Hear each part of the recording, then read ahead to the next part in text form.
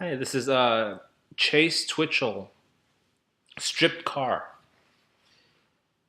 There's something in me that likes to imagine the things I'm afraid of. For example, the future. I don't mean the celestial fireworks from melting reactors or New York under 6 feet of seawater, but the future in its most intimate, most probable forms. Vignettes subversive enough to slip through the radar. That's how I come to be crouched behind a stripped car, wondering, would it be too dangerous to piss in the street? It would, I'm a woman. So I go on holding it, distracting myself by trying to remember every fruit I've ever eaten, their exact textures and flavors. So far, the most exotic is the custard apple. I use up a whole hour of daylight and then another. Apricot, blueberry, plum. Calves cramping from having to stay low, waiting behind a car pitted with the acne of automatic fire. There are still too many guns walking around out there, and no one I know, so I'm waiting for twilight at least. Is everyone alone now? The wind says so. It says a winter is coming without oil. It bites to get my attention and scatters a few leaflets, pictures of a blackened car, a city that seems to catch on fire every sunset, though there's little enough to burn. Stone only chars.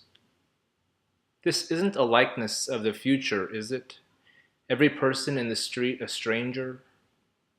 Will a word like neighbor survive this? I fired a gun once. It smelled rancid, sour, like bad food. It hurt my shoulder and left a wound of oil on my shirt. My mind is thinking of sleep again. Sleep lets things escape. My pocket knife vanished through a knife-sized hole.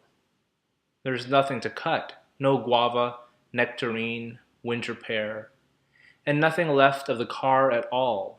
Not even the rearview mirror I was counting on, hoping my face could tell me it was safe to go home. And where is that? A place with a bed and a desk where I sit and plot next year's garden on graph paper.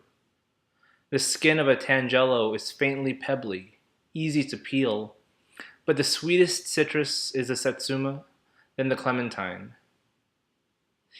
If I had to choose between natural disaster and a firing squad, I'd take the river of lava any day. Hurricane, tidal wave, tornado, drought. I want the earth, which is waiting under the sidewalk, to be the one. Not any of these human shadows sporting their silhouetted guns. There were gun shadows before, but the two worlds overlapped. Guns and the amber waves of grain. It's hard to say whether bramble fruits actually have skins. Does a raspberry? Does each tiny globe have its own?